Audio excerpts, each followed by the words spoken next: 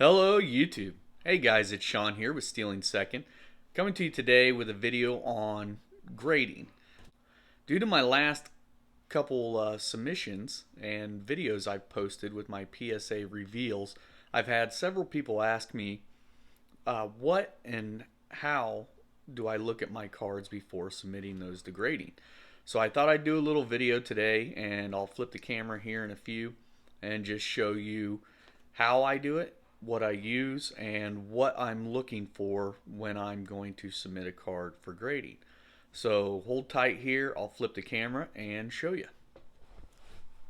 So guys, as you see, here is just a cheap magnifying glass that has a light that my wife got off of Amazon for me, and it has interchangeable magnification so I can zoom in or zoom out a little better and kind of see. I know a lot of people use a loop. I have a loop as well, but I don't really rely on that. I use just my eyes and then this magnifying glass. So when I'm going to grade cards, I do look them over pretty thoroughly.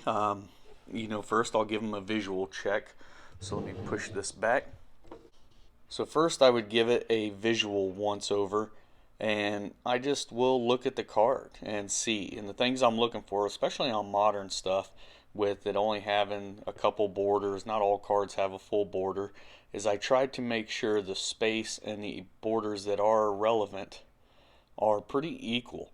So the centering, I can try to use that for centering. I look at where the logos are, all the way around the card, make sure letters aren't off, that there's no line showing the next card to be printed so it's not a miscut.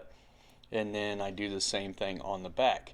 And for comparison, sometimes if I have commons or other cards, I'll pull a couple out from the same year and try to compare them and look at different players, different cards, and see if I can kind of get what the trend is. But I don't spend a ton of time on that. Like I said, I just kind of try to do a quick visual and see if it's pleasing to the eye and that the borders look pretty equal side to top, bottom, and make sure that it looks pleasing to the eye as far as aesthetically, and that it looks centered to me. Then after that, I'll just take a look at the corners, make sure there's no glaring white. I'll go through and I'll check each corner, and sometimes you get like a weird kind of not cut corner like this one here, and sometimes that will stop me a little bit, but I'll put it under magnification and look at it a little better. But if it's really glaringly obvious and I can see it, then a lot of times that card won't make it for submission. I also look for rough cut edges, just the obvious stuff, just to see, make sure there's no chipping, flaking of color, that I'm not seeing white cardboard underneath it. I do the same thing on the backs of the cards. They're a little bit more lenient at like PSA on the back of the card, so I just try to make sure it looks decent. I try to make sure there's no white that's visible anywhere on the card. And then after I kind of check the corners, the edges, and the centering, I will check surface. Now, I typically will do that before I put it into a semi-rigid. Usually these cards come out of a top loader, I have them in a penny sleeve. I'll look at them in the top loader and see if anything jumps out on me, especially on chrome style cards, looking for dimples or scratches, things like that. If nothing jumps out, then the next step in between a transition from a top loader into the semi-rigid, I will pull it out of the sleeve, and I'm going to use a different card so I don't have to pull that out. Here's just one I have. So I'll pull it out of the sleeve, and the check surface, I'll just use my eyes at first, and I'll just twist the card and try to get the light to glare off of it, see if there's anything popping off the surface. If I see any dimples, scratches, tears that maybe I wouldn't see looking straight at it. And then I'll do the same thing on the back and try to look and see if I can get anything that jumps out obvious. Once I do that and make sure the surface looks pretty decent, I will put it back in a penny sleeve, and then it goes under my magnification. I'm going to move this stand. And then once I get the magnification out, I will turn so I can see with the light, and the camera's picking up the glare of that light a lot worse than what it does when I'm looking at it with my eyes. It actually gives me no glare at all. It actually highlights really well.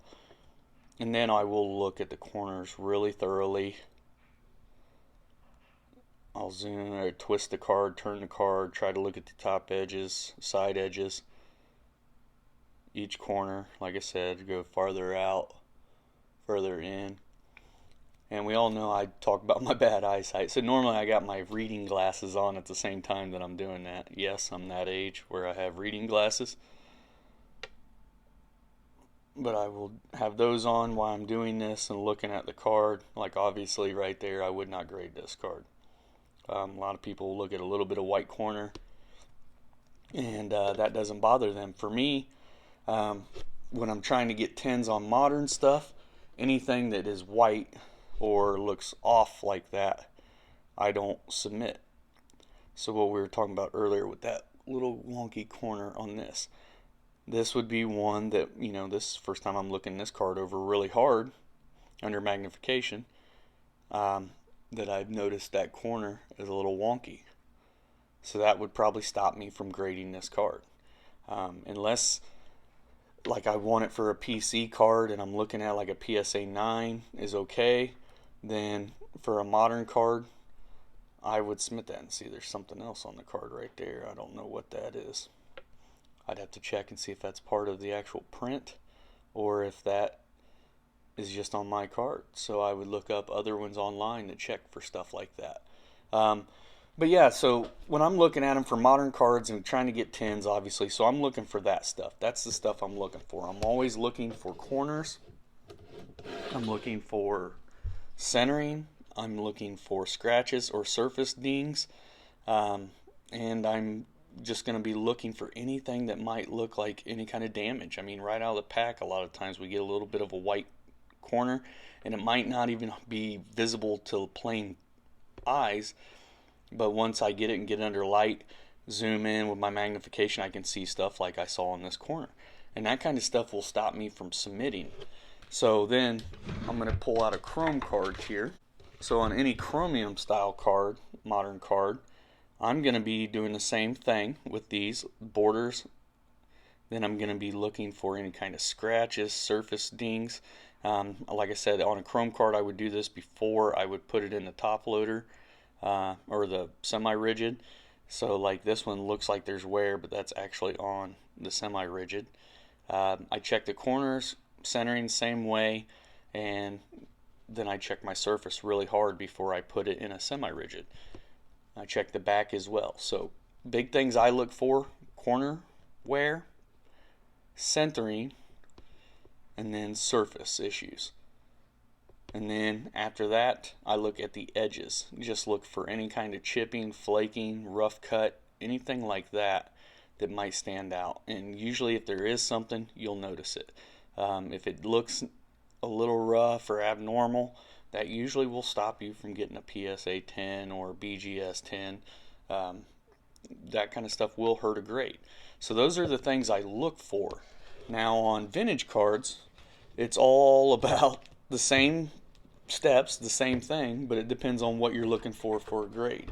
So one card in particular, I'll show you here.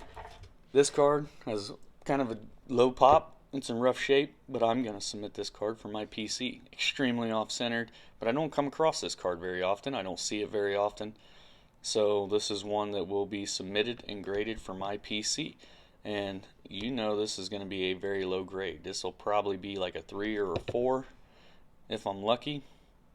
Or at least that's the way I go into looking at it. So each piece of damage. So here's how I expect to grade. Say I have a modern card and I'm going to put it in. As soon as I spot something like this wonky corner, I'm going to go ahead and consider this a 9 at best. That's probably the best possible grade this card's going to get.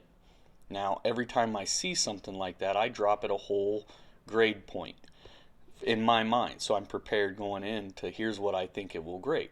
So that would drop it to a 9 if there was something, say, you know, the other corners look good, but the edge, there's like a rough cut edge or something. I'm going to use that to drop it a whole nother grade point. So now I'm down to an 8. If my centering looks a little off to the visual eye, then I'm going to drop it down to a 7. So at that point, I would expect, hey, if I'm going to submit this card, a 7's probably what I'm going to get. Anything higher than that is a bonus. But here's what I'm predicting. This card in particular, the only thing I see wrong with it is this one little kind of uncut edge. So I immediately would expect a 9 from this card. If it came back at 10, great, but I wouldn't expect anything above a 9. And with these two border cards, it's so hard for centering. So sometimes, I just plan on, hoping that I get a solid 9. If I get a 10, those are great because I just do the best I can visually.